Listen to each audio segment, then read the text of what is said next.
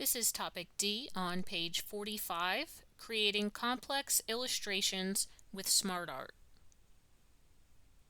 You have worked with various shapes, lines, text boxes, and other graphic elements in Word documents.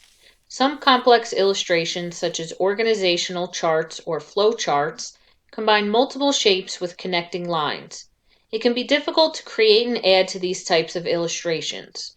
Word includes complex graphic objects that are composed of multiple shapes with connections between them. Resizing the object resizes all of the components, maintaining the relationship between them. In this topic, you will use SmartArt to create complex illustrations. A SmartArt graphic is a predefined graphic object laid out to enable you to illustrate things such as a process, a hierarchy, a cycle, or the relationship between items in the illustration. The SmartArt gallery includes multiple layouts for each type of SmartArt. You can add text to the graphic to illustrate your process or concept. So again, a SmartArt graphic is just an illustration to represent different text. So you can have bullet points, let's say an easy bulleted list like read, recite, and review, for example. So that's steps on how to study well in school. Read, recite, and review. So if I had that on my document, read, recite, review. Oops. It's very plain, very boring. If you want to, make that stand out in your document, you could put that in a SmartArt graphic. And to insert that, we would go to our Insert tab, Illustrations command group, and here we have our SmartArt command. This is going to open up a dialog box. You have your different categories to the left. We have list. As I change category, your gallery is going to change in the middle. So these are all your types in that particular category. We have list, process, cycle, hierarchy, relationship, matrix, pyramid, and picture. So suppose I wanted to, let's say, do a process. Read, recite, and review.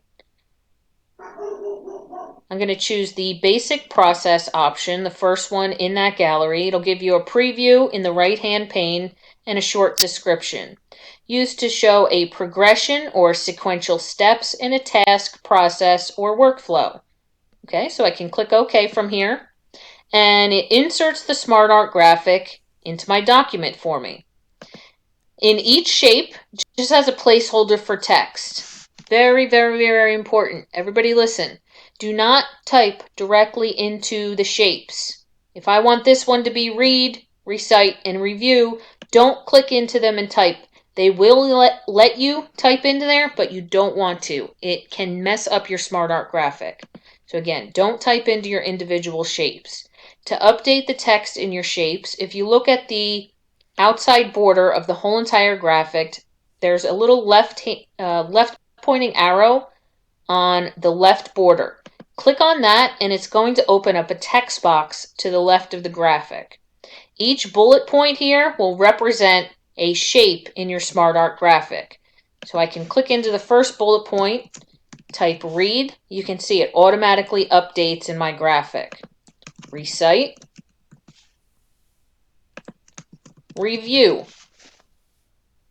Now, suppose I wanted another bullet point though. Maybe I had 4 steps. Maybe I wanted the 4th step to say repeat.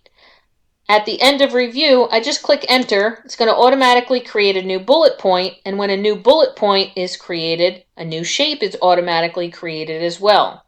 If you had too many bullet points, just backspace it. The SmartArt graphic will automatically update for you. So I'll go ahead and add repeat in here. Once you're done updating your text, just close out that text box. Now on your SmartArt Tools Design Contextual tab, you have different layouts. Suppose I wanted to change my layout. I don't have to update, I don't have to retype in my text and start over. I can even just hover over to get a live preview of what it's going to look like.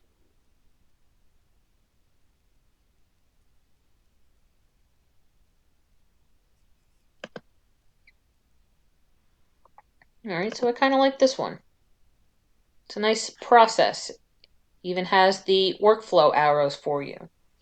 You have in your SmartArt Styles command group, you can change the color scheme if you want. You have accent 1, which is a shade of blue, accent 2, which is orange, and so on and so forth. Or you have the colorful gallery here. So you can add one of these preset color options. I'll show you how you can individually change them as well. And in the styles, here you have the subtle effect, moderate effect, intense, and you got some 3D option. You can see some of these give them a little shine on them. This one has a little perspective to it. So much better than just typing those up on, a few lines into your document or adding bullet points. Definitely add some life into your document for you. On your Format Contextual tab, well, here you can change the color. Maybe you want a different shape fill. Maybe you wanted this one to be red. You can change this one to purple. So you can individually select the objects in here as well.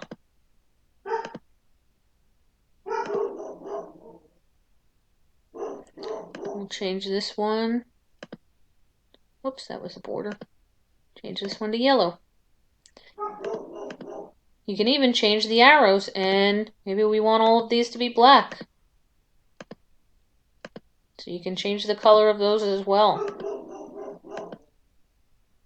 Ignore my dog, please. I'm sorry.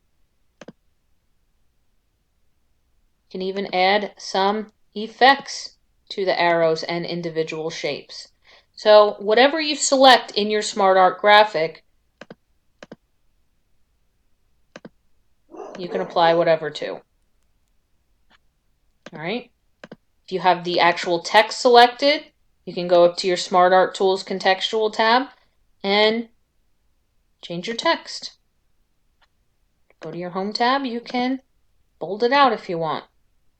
You can even change the shape of these individual. Maybe this first one, on my Design Contextual tab, I can, whoops, that's not what I wanted to do. Where am I? Ah, here it is. My Format Contextual tab in my Shapes, I can change the shape. Maybe I just want this first one to be a heart. I can change this one to be a sun. All right, so you can go through, be creative. You can keep it, the default and just, add a little color effects, or you can change the shapes, colors, styles of the individuals and, just get a kind of theme going on there. All right, so you'll practice. You'll practice this on your next activity, activity 2-4 on page 47.